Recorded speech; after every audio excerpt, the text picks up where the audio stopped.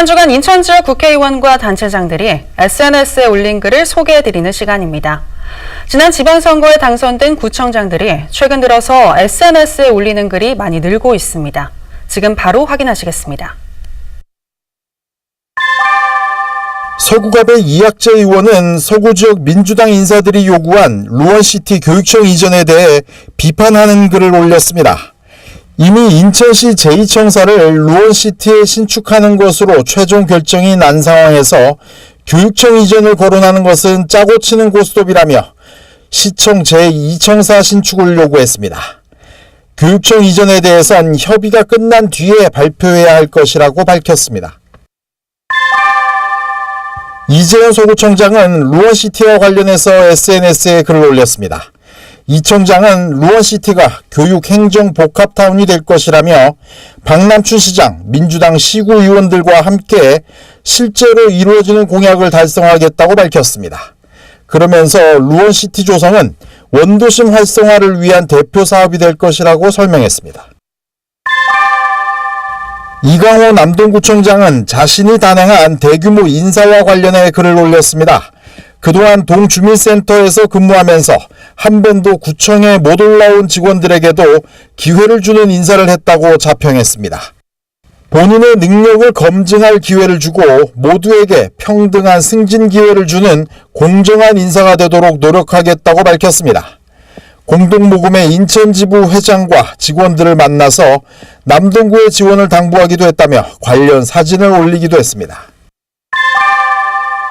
남동을의 윤관석 의원은 BMW 차량 화재와 관련해 글을 올렸습니다. BMW 화재는 2015년부터 꾸준히 제기된 문제인 만큼 국토부가 충분히 대응을 하지 못했고 가장 많이 팔린 외제 차량이 도로 위에 시한폭탄이 되고 있다며 이번 기회에 소비자들을 구제하기 위한 징벌적 손해배상 제도를 시급히 도입해야 한다고 밝혔습니다. 계양의 송영길 의원도 징벌적 손해배상 제도 도입을 주장하고 있습니다. 지난 가습기 살균제와 폭스바겐 리콜, BMW 사태에서 한국의 취약한 소비자 보호제도의 문제점이 단적으로 드러났다며 제품을 생산한 기업에 책임을 물을 수 있는 징벌적 손해배상 제도를 도입해야 한다는 입장입니다. 송 의원은 당대표 선거를 위해 전국을 순회하고 있는데요. 울산의 한 중공업 회사에 방문해 오랜만에 용접을 했다며 관련 사진도 올렸습니다. 송 의원은 20대 노동운동 시절 부평 대우자동차에서 배관 용접 일을 했던 것으로 알려져 있습니다.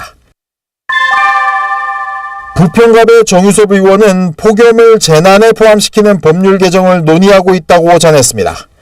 겨울에는 한파, 여름에는 폭염이 심각한 수준으로 가고 있다며 이제는 이례적인 자연현상이 아니라 재난으로 보고 대응할 수 있는 법률 개정을 논의하고 있다고 밝혔습니다.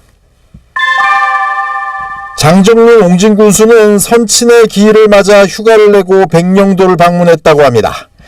아버님의 친구들과 이야기를 나눴다는데요. 관련 사진을 SNS에 올리기도 했습니다.